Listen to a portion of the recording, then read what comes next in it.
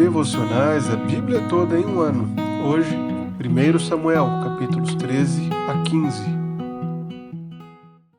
Se vocês temerem o Senhor, se o servirem, se derem ouvidos à sua voz e não forem rebeldes ao seu mandado, se seguirem o Senhor, seu Deus, tanto vocês como o rei que governa sobre vocês, então tudo lhes será bem-sucedido.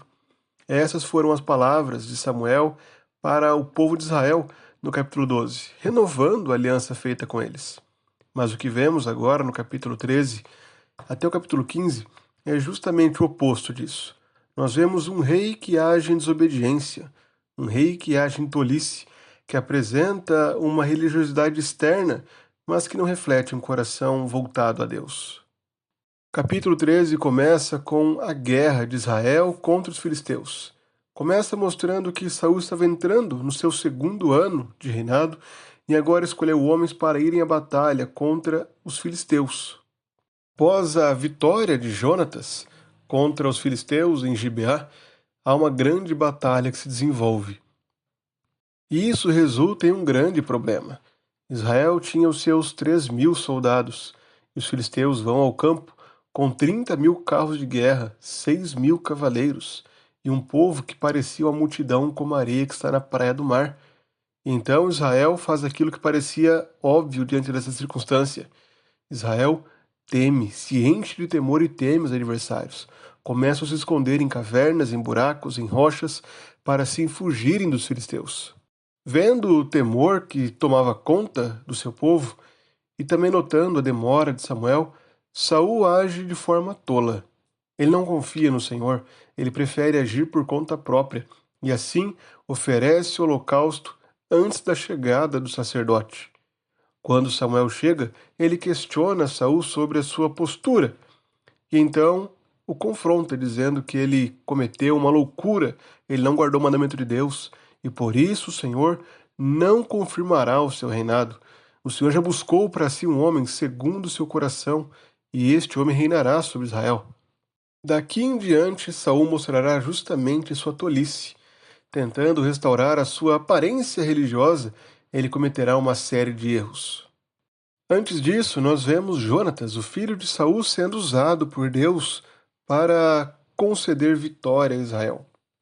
Jonatas, apenas ele com seu escudeiro, vencem 20 homens dos filisteus e causam um grande alvoroço.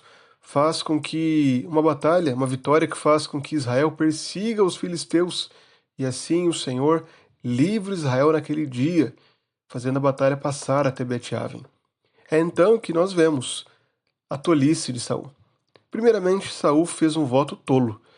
Ele disse que seria maldito qualquer homem que comesse algo antes de anoitecer. E esse é justamente o motivo dos israelitas não conseguirem perseguir os filisteus, dos filisteus permanecerem vivos e prontos para a batalha após essa derrota nesse dia da vitória de Jonatas. A fome dos homens resulta em pecado. De tão famintos e após perseguirem os filisteus durante tanto tempo, os homens simplesmente se lançam sobre os animais, sobre aquilo que receberam da batalha e começam a comer carne com sangue. E é então que Saul comete outra tolice.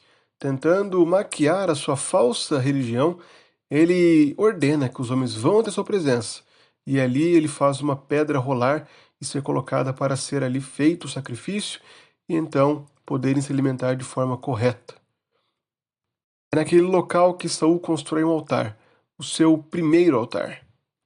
E o voto tolo de Saul, que virou essa quebra da lei de Deus, e que agora também dará uma outra consequência.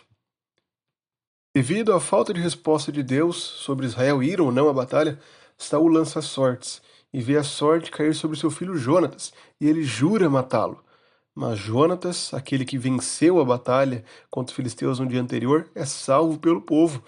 Mas é evidente na história a tolice de seu pai Saul, aquele que estava pronto para matá-lo por um voto tolo, que resultou em uma sorte mal lançada, em uma sorte longe da vontade de Deus.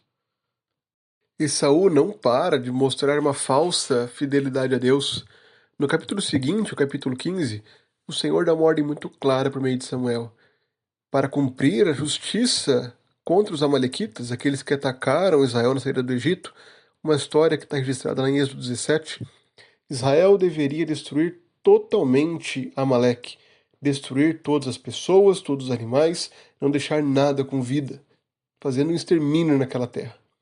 Mas Saul resolve poupar Agag, o rei dos amalequitas, poupar o melhor do rebanho, os melhores animais. E por fim, quando Samuel aparece diante de Saul, Saul afirma que ele cumpriu tudo que o Senhor havia determinado.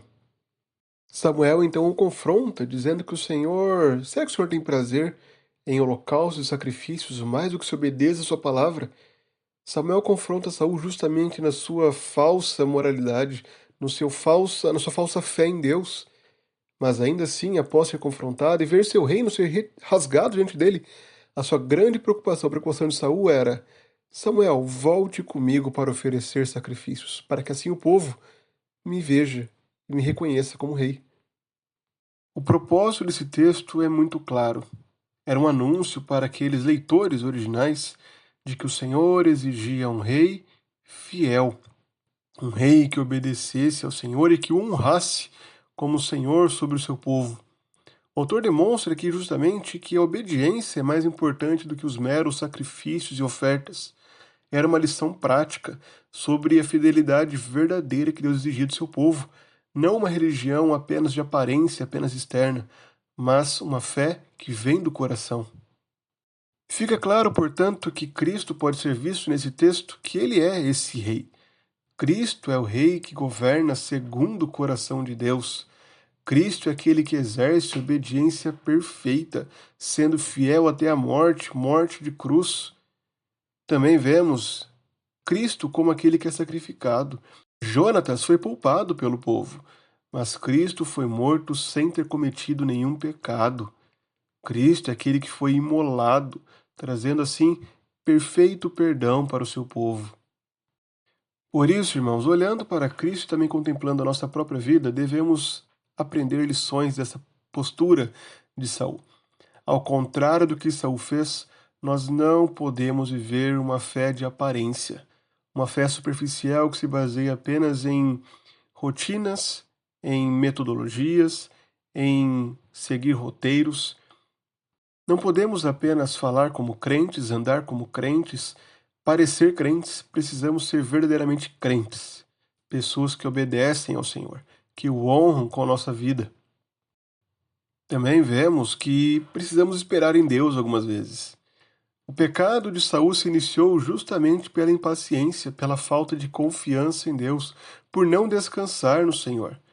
Nós devemos viver na dependência do Senhor, devemos confiar em Cristo, nosso Rei perfeito, e assim andarmos em paz com Ele. Vivemos na dependência dele, sabendo que aquilo que é bom para nós, Ele mesmo irá nos conduzir por esse caminho. É Ele quem nos criou para a sua glória. É Ele que faz com que todas as coisas cooperem para o nosso bem. Que nós, então, tenhamos um coração em paz, enquanto confiamos em Cristo.